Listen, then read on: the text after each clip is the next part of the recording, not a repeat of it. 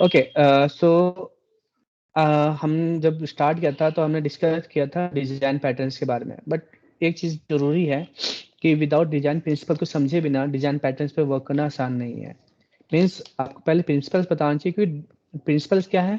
ये बताते हैं कि आपको क्या करना चाहिए क्या नहीं करना चाहिए, हमारी हेल्प करते हैं चीज़ों को समझने में, इम्प्लीमेंटेशन करते हैं, चाहे वो डेटाबेस हो, चाहे आपका कोड हो, चाहे यूआई हो, एवरीथिंग।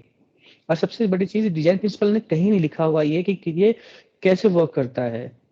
ये जस्ट फॉलो करता है कि इन चीज़ों को ध्यान रखना चाहिए, और इसलिए ये सभी लैंग्वेजेस के लिए है अवेलेबल।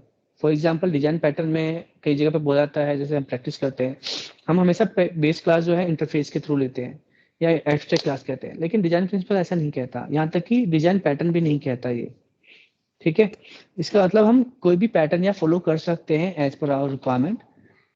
ओके, इसलिए ये बेसिक चीजें अंडरस्टैंडिंग बहुत जरूरी है कि दोनों में फर्क क्या है और कैसे हम इसको यूटिलाइज कर सकते हैं।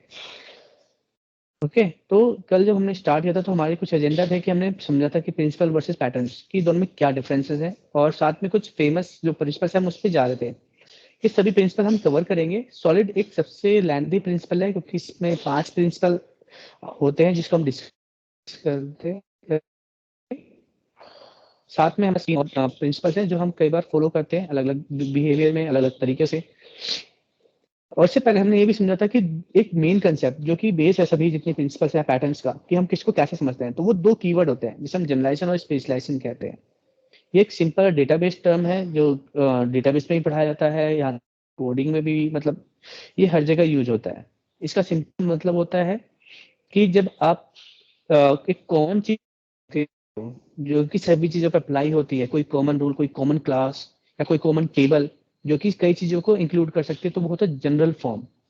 राइट, जैसे कि अगर मैं कहूँ कि हमारे पास कोई पर्सन है, एक कॉमन क्लास ना जिसमें हम नाम मोबाइल नंबर रखना चाहते हैं, एक छोटे से एप्लीकेशन के लिए बहुत सुटेबल है क्योंकि हम हर चीज को स्पेसिफिक डिटेल्स नहीं प्रोवाइड करते।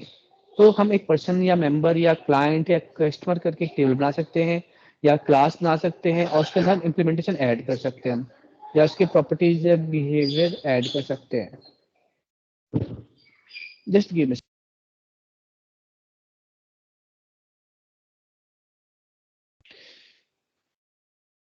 उसके अलावा हमारे पास जो, लेकिन अगर हमारे पास बड़े एप्लीकेशन की बात करें हम, आज के टाइम पे जो भी एप्लीकेशन बनने लगे हैं, पॉपुलर हुआ है डॉट नेट कोर और माइक्रो सर्विसेज, ये है।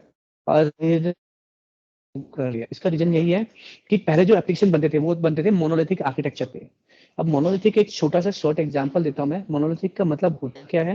मोनोलिथिक का मतलब होता है हमारे पास एक ऐसा आर्किटेक्चर जिसमें हमारे पास क्या होता है, एक बिजनेस लेयर होता है, एक डेटा एक्सेस लेयर होता है, एक प्रेजेंटेशन लेयर होता है। इससे क्या होता है कि ये आसान होता है काम करना, क्योंकि बस साइड से एक ही चीज अवेलेबल है।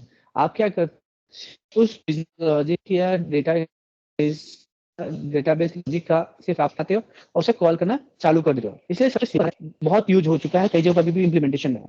लेकिन इसके साथ एक बहुत बड़ी प्रॉब्लम ये है कि मान लो मेरे पास एक ई कॉमर्स वेबसाइट का एग्जाम्पल लेते हैं।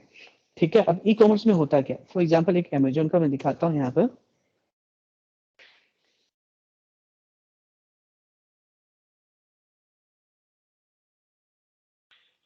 अब अमेजोन में क्या है, मेरे पास गिफ्ट कार्ड है, अमेजोन पे है, बुक्स, ये बहुत सारे अलग अलग फंक्शनलिटीज है।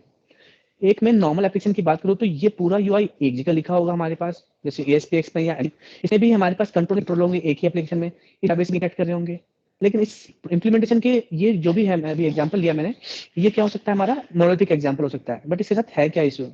इशू ये है कि जैसे हमारे पास क्या है, गिफ्ट कार्ड्स हैं। ठीक है, गिफ्ट कार्ड पे जो लोड होता है रिक्वेस्ट का, वो कम होता है। अमेजन पे हो सकता है ज्यादा हो, किनले बुक्स पे थोड़ा डिफरेंट हो सकता है। तो होगा क्या, कल को अगर हमारे पास गिफ्ट कार्ड या अमेजन पे अचानक से लोड बढ़ जाता है, तो हम उसको हैंडल कैसे करें?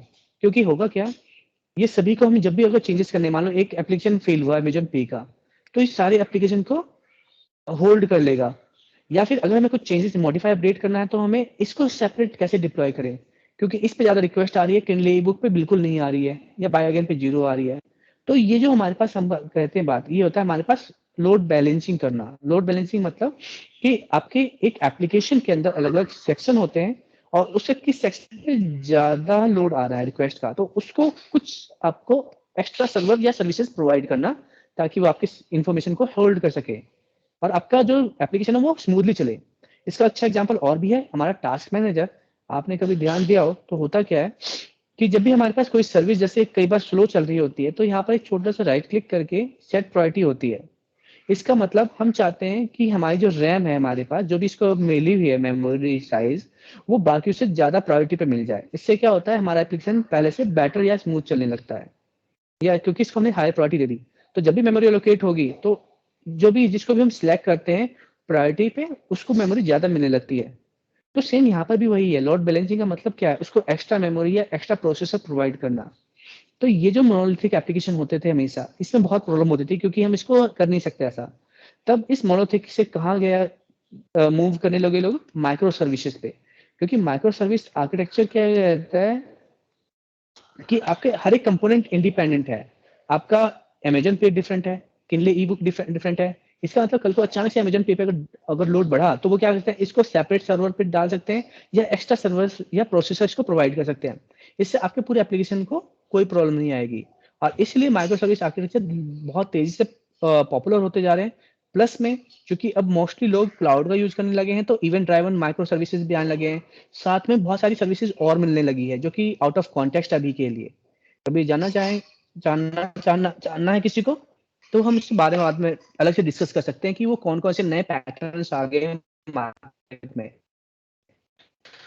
और वो तेजी के ऊपर जॉब और अप्रेजल है या आपके सैलरी बहुत सारी मिलती हैं, तो इसलिए वो धीरे धीरे पॉपुलर हो रहा है क्योंकि कंपनी को आसान होता है उन चीजों को हैंडल करना।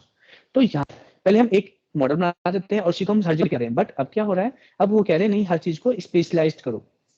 ठीक है, कि मुझे अगर इमेजन पे ई पे चलाना है कि मेरे अलग अलग टाइप के कस्टमर है, मेरे कुछ गोल्ड मेंबर्स हैं, कुछ मेरे प्लेटिनम मेंबर्स हैं, उनके लिए सेपरेट सेपरेट सारी चीजें बनाओ। तो उससे क्या हुआ इम्प्लीमेंटेशन बेटर हो गया है। तो ये जनरेशन स्पेशलाइजेशन कंसेप्ट हर जगह इम्प्लीमेंटेड है जो ई कॉमर्स का एग्जाम्पल दिया। इसका मतलब जनरेशन अगेन इन शॉर्ट कि जब हम एक कॉमन कोई मॉडल क्लास या कोई मॉड्यूल बनाते हैं तो जनरेशन है। स्पेशलाइजेशन जब हम एक स्पेसिफिक बनाते हैं।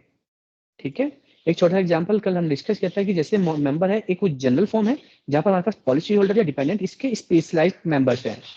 ठीक है, बाकी principles as it is principles क्या होते हैं सिर्फ ये बताते हैं कि आपको क्या करना चाहिए क्या नहीं करना चाहिए। और प्रिंसिपल और पैटर्न में यही मेन डिफरेंस है कि पैटर्न असल में होता है इम्प्लीमेंटेशन पार्ट। मैं जितने भी एग्जांपल दिखा रहा हूँ वो कहीं ना कहीं पैटर्न्स को ही फॉलो करते हैं। ठीक है, और पॉलिसी जो हमारे पास प्रिंसिपल है वो उन्हीं को ध्यान में रख के बनाया गया है। जबकि प्रिंसिपल ये नहीं बताता कि आपको इंटरफेस बनाना चाहिए, एब्स्ट्रैक्ट क्लास बनाना चाहिए या नॉर्मल क्लास बना के आपका नाम चला लो, या कोई आप वर्ड रखे हो स्टैटिक रखे हो, ये कहीं नहीं कहता प्रिंसिपल। राइट, तो ये मेन डिफरेंस है हमारे पास। उसके अलावा हमारे पास कुछ फेमस प्रिंसिपल ये थे सॉलिड, ड्राई, यग्नि, केस। सॉलिड भी सबसे इंपॉर्टेंट है क्योंकि इसमें ज्यादा प्रिंसिपल्स है और ये सबसे ज्यादा पॉपुलर है। बाकी चीजें भी हम फॉलो करते हैं बट हम उसे बाद में डिस्कस करेंगे। इस स्लाइड में मैंने सॉलिड को डिस्प्ले करा रखा है, मतलब ऐड किया इसके कंटेंट्स, जहाँ पर सॉलिड का हर एक लेटर का अपना एक मीनिंग होता है। एक मिनट एक सेकेंड देना।